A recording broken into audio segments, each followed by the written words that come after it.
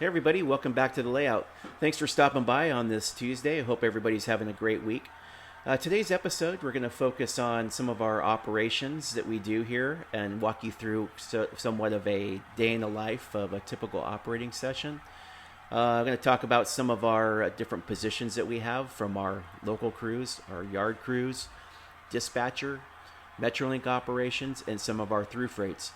So if you have any questions or comments about anything that you see on the layout or anything that we've been talking about today, please leave your comments down in the comments section below. I do read them all and we'll get back to you. So enjoy today's episode. Thanks. All right, well, welcome to the train room. As we enter, you'll see that one of our latest additions is the black skirting that has been installed underneath the layout there. It looks fantastic. I was very fortunate that my mother-in-law was able to do this for me, and I'm super grateful. And I think it really finishes off the room well.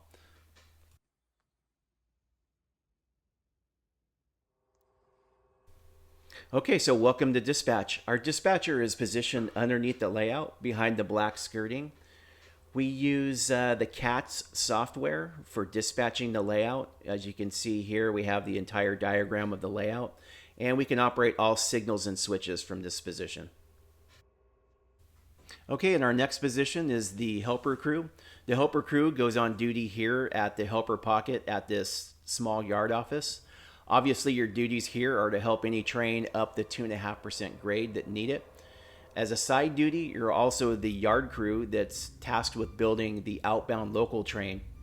Typical local trains are anywhere from 1 to 8 cars, and you'll build them here at the yard, pulling the cars from the staging yard. So here we get a good look at the yard. The yard crew will report here typically to build the outbound local. And what we do is we pull our local cars out from the staging tracks and build the local train in one of the 2 yard tracks. And like I said, the typical trains are usually around 8 cars or so. And here's a quick look at a couple of our through trains. We have a BNSF Z train as well as a UP bare table train that will be running throughout the layout. Probably the most complex but the most fun duties here on the layout is that of the local crew. The local crew will pick up the cars that the yard crew set out for them to take down to the branch and switch out our customers. The local crew will go on duty here at the yard office and utilize the local power that's set out here on the engine track. Let's take a quick look at the industries along the branch, starting with the transload facility. This facility can take up to 3 hoppers and transfer its contents into trucks. Next up is World Citrus West. This will be a facility that makes orange juice and will take up to 3 corn syrup cars. I'm still looking for a good program to generate switch lists. If you're into this type of operation, let me know what you use down in the comments. Thanks. All right, continuing westbound down the branch line, we pass by the runaround track and now into the BASF chemical facility. The chemical facility itself will take up to 5 cars and is by far the most complex switching operation that we have on the layout. Switching this facility takes up to an hour at sometimes, depending on how many cars need to be switched out. The next spur that you arrive at is the team track. The team track can take up to 2 cars, and typically the contents of the cars will be transferred to truck.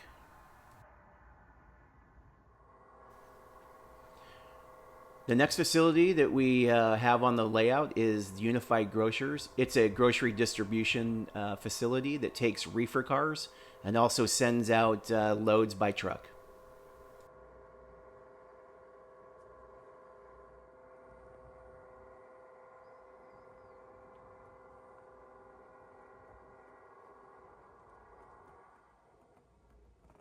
Unified Grocers is the Walters beverage distribution warehouse kit that I've been working on for quite some time. I'm glad it's almost finished, and I think it's looking pretty good. Moving on to Weber Plywood, this is a typical lumber yard that receives lumber by flat car. Typically has one or two center beam flat cars in here, as you can see. There's also another spur that goes in the facility, but is rarely being used.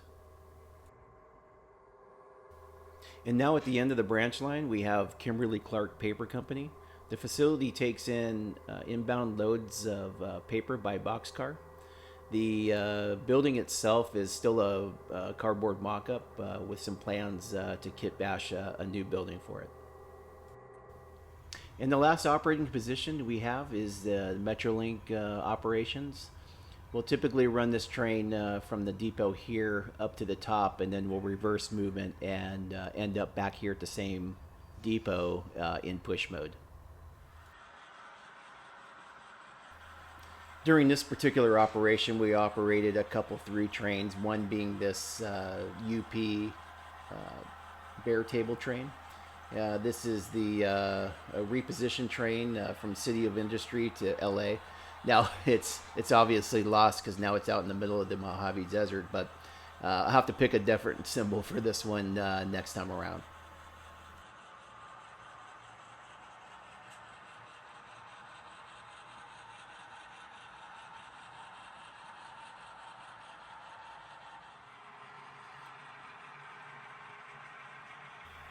Next up is BNSF 4299. It's leading the westbound Willow Springs to LA Z train. You can see here approaching CP Hopkins.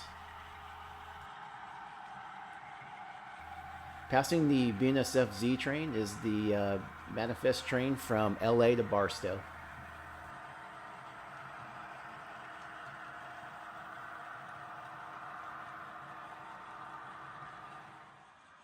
Let's get one final look at both the bare table train and the Z train coming up approaching CP Summit.